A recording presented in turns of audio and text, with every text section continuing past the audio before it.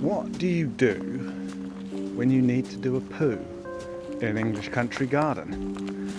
When I was a kid, it was generally accepted that you should dig a little hole and drop it on a mole in an English country garden. And it turns out this actually isn't the worst piece of advice, with a few caveats. The first caveat is, of course, if you're going to release the wild Mars bars, don't do it on a mole, because moles are cool and they get enough hassle from us as it is, without some numpty bike packer coming and dropping the kids off at their house. Beyond that, the subject of the wilderness poo is actually quite a complex and contentious one, and I'm not an expert in it, so I'm not going to give advice except to say that if you are in the desert, if you are in the snow, if you are above the tree line, if you are close to a water source, or just somewhere that is ecologically fragile, then you should probably skip this video and go and read up on leave no trace principles.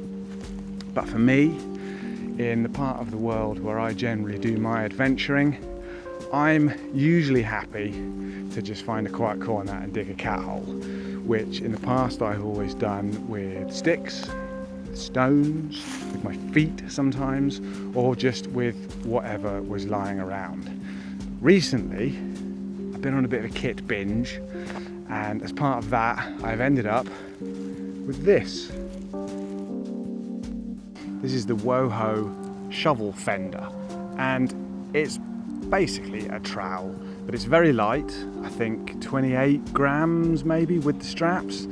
It's got this lovely flat profile, so it's very packable, slips into pockets, and it's considered to be a bike packing accessory because it's got two little straps on it and a bunch of ways that you can attach it to the frame so that it pulls double duty as a mudguard, hence the name. Although of course it's not a shovel, and I'm British, so I would call it a trowel mudguard, which just doesn't have the ring of shovel fender. So this is the first mounting point for this. Underneath the saddle is a rear mudguard. Now I've tried this isn't attached. This is purely special effects, Hollywood madness. I've tried this. I found that it's a bit fiddly to get it attached to the rails under here with these little straps, and I mean, it probably helps a little bit, but for me, I'm generally going to have either a saddle pack or a rack on here, so I don't think I would ever mount it there.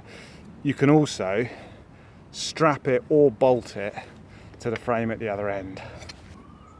So up the front, you can use the two Velcro straps to attach it under here, and this is a bit less fiddly to attach, although if you've got a frame bag in, it becomes a bit more fiddly again, and it's slightly effective, I suppose. It's not that wide and it's not that long, it's not going to catch that much crud, but I guess it's better than nothing. You've also got holes in this, so you can actually bolt it to the frame if you've got mounting points for bottle cages and things. Personally, I would say for something that you might need at very short notice, if you know what I mean, I don't think I want this bolted to the frame, and also it seems like quite a frivolous use of bolts, which would be much better used to mount bottle cages, anything cages, bags, you know, other luggage. So for me, the bike packing side of this, the fact that it can be attached to the frame in several ways, seems a little bit gimmicky, and really probably just a way of adding a few quid to the price, because, you know, bike packing, it's expensive. Fortunately, I didn't buy it as a mudguard, and I didn't buy it to attach to my frame. I bought it for digging holes.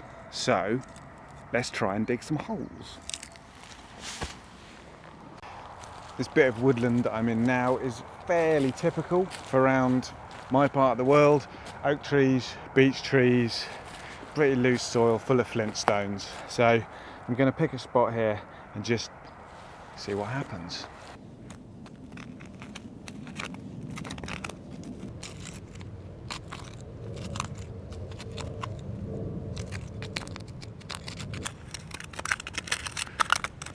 So, first impressions, I say first impressions, I have tried this out a couple of times already, but first impressions are, it's quite sharp edged because it's so thin. You wouldn't want to dig a grave with it or anything. It's but for small holes it's fine. It's got a good point on it. It gets in the soil. You can move quite a lot of dirt with it, which is what you want. I think if you were digging anything heavy duty or trying to prise stones out or anything, it would bend very quickly. It's not the toughest piece of kit. It's basically just flat, so it's not got a lot of support. But that's, you know, that's not really what it's designed for. So let's find some different types of soil and do some different types of digging.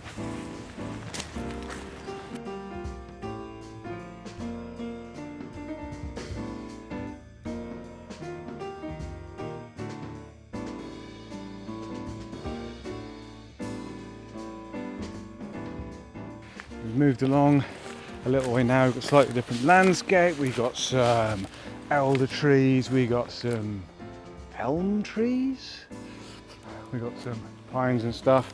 The ground here is a little bit more scrubby. We've got lots of stinging nettles and brambles and things, so there's going to be some roots to deal with. Let's see how it stands up to it.